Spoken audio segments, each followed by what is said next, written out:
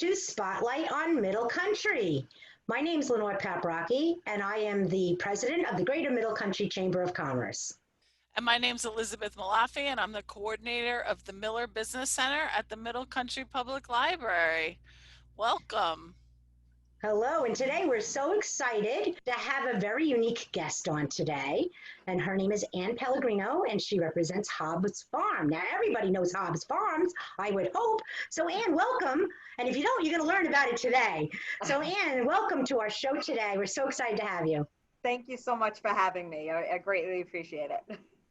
Ann, can you start by just telling us a little bit about yourself and maybe how you ended up at Hobbs Farm? Oh boy, that's a crazy story. My mom was actually sick with cancer, and I had quit my job to help take care of her. She had major surgery done. And then she was going through a little bit of remission, and so I had a little bit of downtime. But prior to that, I was working 2 jobs, in the doctor's office and in the hospital. And you get caught up in the rat race of life, just running with between work and the kids and whatever. So this was like my first time to really have any downtime. And I pulled down my street, and it was like blinders were taken off, where I saw it, like people living in the woods. And I was like, really? Like in our own neighborhood, you know? So I just felt like I needed to do something. So when I was younger, I was a single mom with 3 kids. And even though I was working 2 jobs, I still had to visit food pantries and soup kitchens not soup kitchens, but food pantries. And I was very appreciative of the stuff that you got from there, but a lot of it was boxed stuff that would fill your belly, but really didn't have any nutritional value. So I just felt like I needed to do something. And I rented a rototiller, and I tore up my manicured backyard. And I just felt like I was going to plant a garden and feed people. And the issue was I forgot to tell my husband what I was doing. And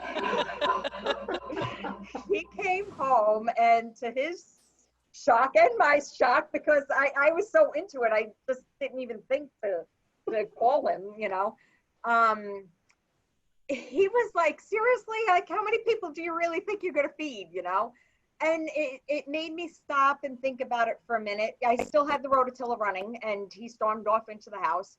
And I remembered the street, the farm down the street from my house, which is in walking distance. When I grew up in Centereach, and it was always a working farm. And I was just like, you know what? If we could figure out who owns that farm, we could feed a lot of people. And, you know, that was the beginning. That's great. Wow. That's great. So the farm had been owned by the AME Church in Setauket? Yes. Prior to that, it was owned by Mr. Hobbs, and it was in his family for over 100 years. And when he passed away, he willed it to his church, the Bethel AME Church in East Setauket. And when I found that out, I was so excited, because I was like, yay, it's a church, you know, this is awesome. And it's funny, I went to their door, and the pastor opened the door, and I told him what I wanted to do, you know, like, we could feed a lot of people and this. And he's like, yeah. And he slammed the door in my face, and he said, well, pray on it. And I was just like, devastated. We laugh about it now. That's our answer, though. So they hadn't. That's my answer a lot. Got to pray on it. So they hadn't been doing anything with it, even though it had been willed to them? Yeah, well, it was caught up in court battles, which I didn't know, for over 6 years. So they couldn't do anything to it, even if they wanted to. And in that 6-year period, it became vandalized. The house on the property was totally destroyed. All of Mr. Hobbs's equipment was stolen. We don't even know what happened to the greenhouse, and the property was just in disarray. So, but it's come a long way. It's come a very long way. Yeah. How many years ago were you talking with this? That was in April 2007. Yeah, okay. 13 years ago. I mean, I know one of the things that you guys do, aside from growing food to give to food pantries and soup kitchens is you do have a CSA, because I've been a CSA member since year one when it was Heartbeat Farms. And then this year I was a CSA member for the spring and the fall. I generally don't do the summer because I go to so many farmers markets, and then I just have too much and we're traveling, although in hindsight, I probably should have done it, but hey, you're supporting us though. the CSA is wonderful. For people that don't know what a CSA is, it's a community supported agriculture. We have a lot of great farms on Long Island, so you purchase shares, technically shares in the farm, and then you get parts of what they grow for the time that you've purchased those shares. So I know that that's something you've been doing. How is that going? It seems to change every year, so I imagine it's something that's successful for you guys. Yeah, we decided not to do it under Heartbeat anymore. Heartbeat had moved off the property, and she's doing she's doing more chocolate and honey and stuff along those lines. But us at Hobbs Farm, we decided to keep on the CSA end of it, and thank God we did, because we didn't know and we didn't anticipate the coronavirus, and all of our funding comes from basically fundraising, which we weren't able to do this year. So the CSA really helped keep us afloat, and actually it's helped us out tremendously in order to keep the farm going. And I you know, without it this year, I don't think the farm would have survived. So the timing was impeccable, and I am grateful for everybody that did sign up and that was willing to help support the farm. The spring was a little difficult because it was very cold. It's been the coldest spring and the coldest and rainiest spring that I can remember since I started the farm. So of all years to start a CSA, like really? But we, well, as somebody who got the vegetables every week, they were delicious and they were beautiful. I mean, I got heads of lettuce that were bigger than like my head. They were gorgeous. Yeah, gorgeous. We try, but we how does somebody get involved? Yeah, I'm sorry. And how does somebody get involved with that CSA? Because I've never heard of it before, and I live, you know, in the community, and I don't even know it. You know, when I'm glad I was going to ask Elizabeth, what does that mean? So how does somebody get involved and become a CSA shareholder? It's on our website. If you go to our website, hobbsfarm.info, you scroll to CSA and it tells you exactly what it is. And there's different shares. There's the summer, there's the spring, summer, and fall. And the spring is basically all greens, leafy greens. A lot of people like it, but we found some people don't. So that's why we kind of broke up the shares into different seasons. The summer you get more, you still get greens, but you get more of the traditional summer, like the summer squashes and cucumbers and eggplants and tomatoes. Hopefully they'll be coming in soon. But the summer comes in different sizes as well. You can have one, it's a mini, half, and a full. The mini feeds 1 to 2 people. The half feeds 3 to 4 people, and the full feeds 4 to 6 people. So, you know, we try and base it on, you know, family sizes. Right. So you don't want to overbuy and you don't want to underbuy either. Fantastic. So, you know, with fundraising obviously being hurt, I know a lot of not-for-profits who, you know, rely on their fundraising to keep themselves afloat. There are some things, with our fingers crossed, there are some things that we can look forward to in the future with fundraising. You want to talk about those? I think there's 2 that I'm aware of that are coming up.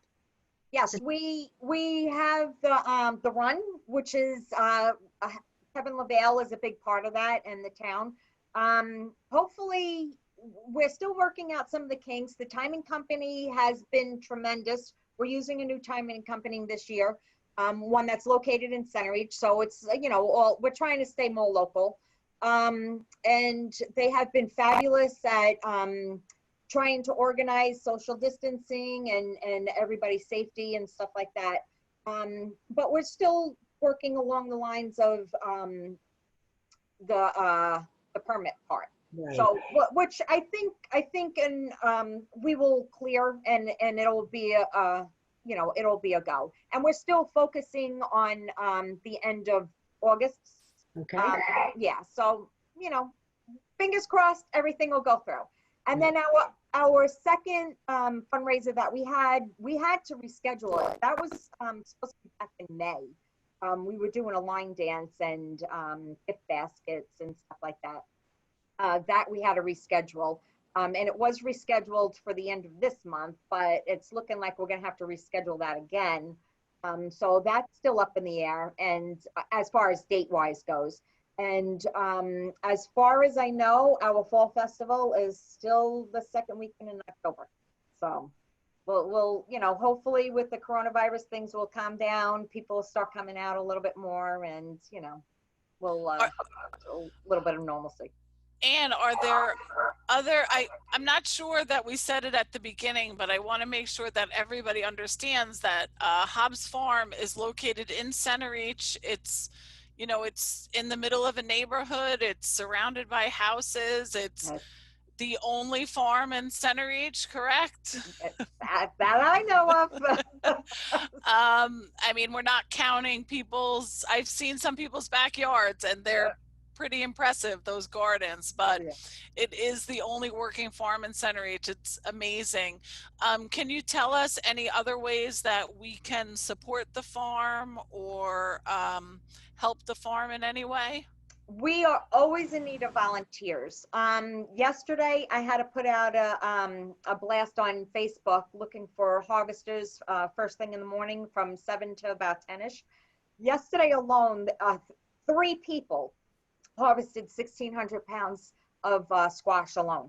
Wow. So that, yes. And it gets tiresome. So instead of exactly, so instead of 3 people, I put the the ad out on Facebook, the blast out on Facebook, and people showed up today. And you'd be surprised that 1 or 2 people, when they show up, how much of a burden that takes off of somebody else, where, like I said, many hands makes light the work. So quite a few people showed up this morning, and it was a big difference. So, and hopefully, they'll keep coming back, or a fresh group will come tomorrow.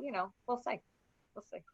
So, well, I know anybody that needs volunteer hours for school, Boy Scouts, Girl Scouts, whatever, college, we're here.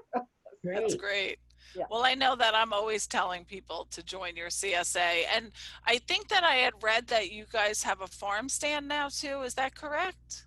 Yes, we've had the farm stand for several years now. Okay.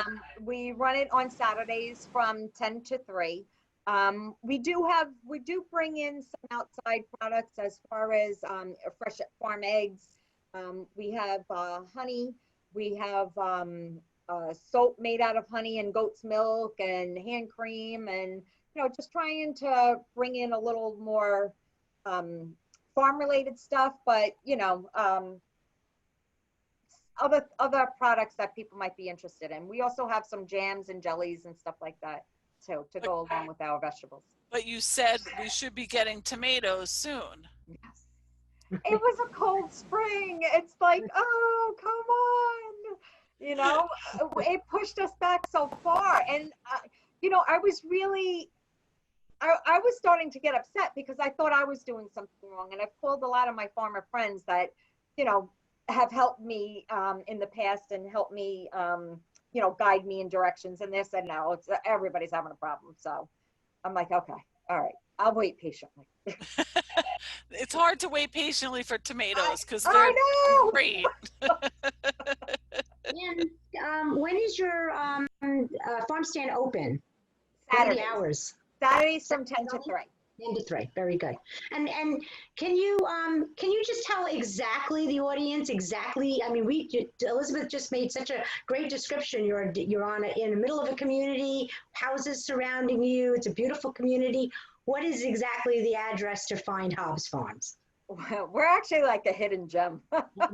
We are, the address is 178 Oxhead Road in Centereach.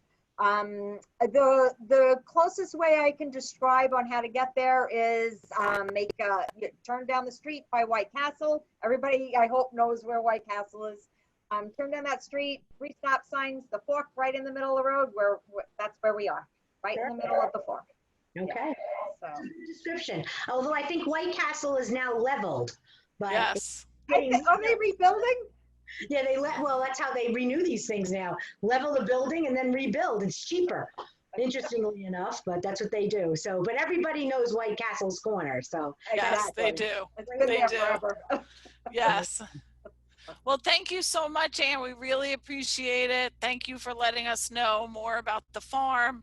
I think this is definitely going to help more people in the area know. And again, you know, Spotlight on Middle Country is to spotlight the wonderful things and businesses and people that are in Middle Country. And, you know, Hobbs Farm is one of those hidden gems. So we're so grateful that you could speak with us today.